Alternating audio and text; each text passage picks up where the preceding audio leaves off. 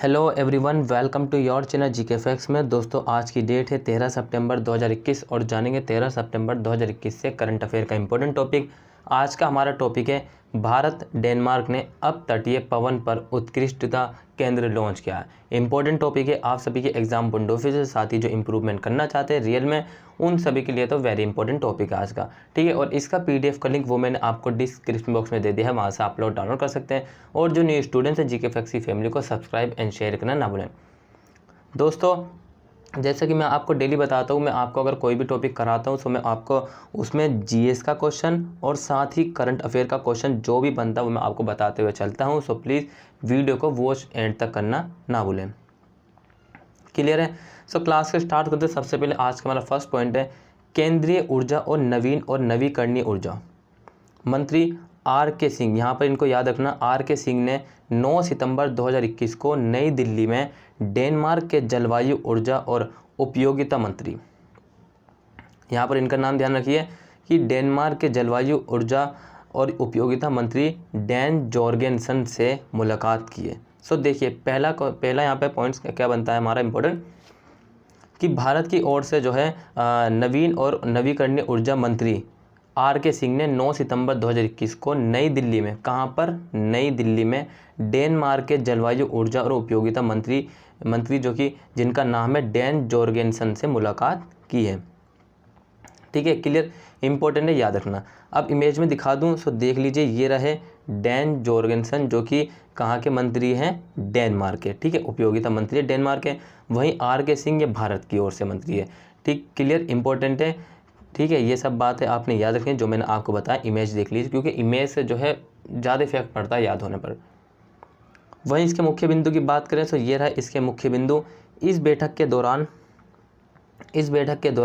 इस बात पर प्रकाश डाला गया कि हरित ऊर्जा, ग्रीन एनर्जी परिवर्तन भारत की नीति का एक महत्वपूर्ण हिस्सा है। किसकी नीति का एक महत्वपूर्ण हिस्सा है? भारत की। कि ये जो मतलब कि ये जो बैठक हुई है, इस बैठक में प्रकाश क्या डाला गया कि हरित ऊर्जा परिवर्तन भारत की नीति का एक महत्वपूर्ण हिस्सा है। वहीं भारत ने 2030 तक 450 गीगावाट अक्षय ऊर्जा क्षमता का लक्ष्य रखा है। कितना अक्षय ऊर्जा का क्षमता का लक्ष्य रखा भारत ने? 2030 तक 450 गीगावाट। क्लियर। वर्तमान में भारत का संपूर्ण नवीकरणीय ऊर्जा पोर्टफोलियो 146 गीगावाट है। कितना है? जो कि वर्तमान में भारत का संपूर्ण नवीकरणीय ऊर्जा पोर्टफोलियो 146 गीगावाट है, जबकि भारत ने जो है 2030 तक जो है 450 गीगावाट अक्षय ऊर्जा क्षमता का लक्ष्य रखा है। क्लियर, आपने यहाँ से इसके मुख्य बिंदु से ये याद रखना है।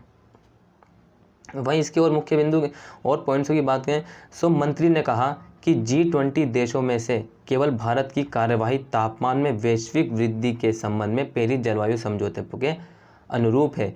क्या कहा कि G20 देशों में, जितने भी G20 के देश हैं उनमें से केवल मात्र भारत की कार्यवाही तापमान में वैश्विक वृद्धि के संबंध में पेरिस जलवायु समझौते के अनुरूप है। क्लियर, यहाँ से आपने ये बात रखनी है। और दोनों मंत्री कौन कौन? आर के सिंह जो कि भारत की ओर से है, ठीक है, और वहीं डैन जो कि डेनमार्क के हैं, ये आपने याद रखना, डैन ऑर्गेनसन। दोनों मंत्रियों ने ग्रीन स्ट्रेटेजिक पार्टनरशिप के तहत संयुक्त रूप से centre of excellence on offshore wind का शुभारंभ किया है। दोनों मंत्री ने किसका शुभारंभ किया है? ग्रीन स्ट्रेटेजिक पार्टनरशिप के तहत संयुक्त रूप से centre of excellence on offshore wind का शुभारंभ किया है। क्लियर है, आप सभी ने यहाँ से ये याद रखना। वहीं हरित रणनीति साझेदारी क्या है? Green strategic partnership. भारत और डेनमार्क ने भारत में स्थायी समाधान देने के लिए वर्ष 2020 में हरित रणनीति साझेदारी की शुरुआत की थी। सो भारत और डेनमार्क ने भारत में स्थायी समाधान देने के लिए वर्ष 2020 में हरित रणनीति साझेदारी की शुरुआत की थी। क्लियर। इसके लिए वाणिज्यिक और उद्योग मंत्रालय ने डेनमार्क के साथ बौद्धिक संपदा, इंटेलेक्चुअल प्रॉपर्टी सहयोग के लिए एक समझौते ज्ञापन पर हस्ताक्षर किए। देखिए, यहाँ पर वाला पॉइंट समझिए कि ये जो वाणिज्यिक और उद्योग मंत्रालय ने डेनमार्क के साथ बौद्धिक संपदा सहयोग के लिए एक समझौता ज्ञापन पर हस्ताक्षर किए। वहीं ग्रीन स्ट्रेटेजिक पार्टनरशिप हरित विकास, आर्थिक संबंधों और जलवायु परिवर्तन जैसी वैश्विक चुनौतियों पर सहयोग के विस्तार पर केंद्रित है।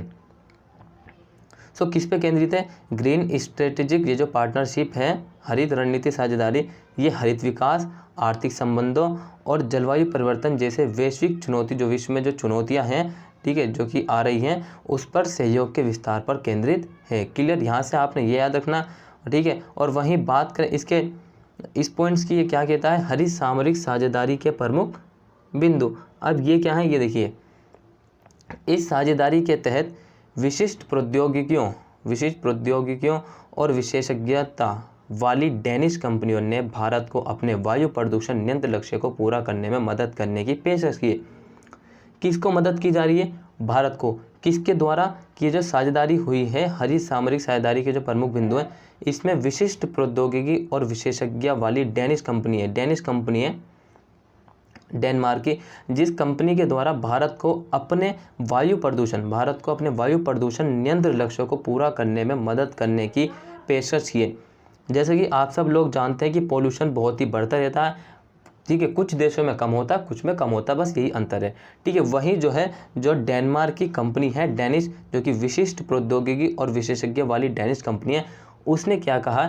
उसने कहा है कि भारत को अपने वायु प्रदूषण नियंत्रण लक्ष्यों को पूरा करने में मदद करने की पेशकश की है डेनिश कंपनी के द्वारा। क्लियर? और वहीं इसने कोविड-19 महामारी से निपटने और जल दक्षता और पानी के नुकसान में सहयोग के लिए तंत्र भी प्रदान किया है। क्या क्या है? इसने कोविड-19 महामारी से निपटने और जल दक्षता और पानी के नुकसान में सहयोग के लिए तंत्र भी प्रदान किए हैं। सो दोस्तों, यहाँ पे आज की आपकी क्लास होती है ख़त्म, जो कि इम्पोर्टेंट थी आप सभी के एग्जाम पॉइंट ऑफ व्यू से। इम्पोर्टेंट क्लास है, वेरी इंपॉर्टेंट है, ठीक है। जिसको अच्छी लगी, ठीक है, सो जिसने कुछ भी नया सीखा और जिसको कुछ ने नया सीखा, प्लीज़ चैनल को सब्सक्राइब एंड शेयर करना ना भूलें।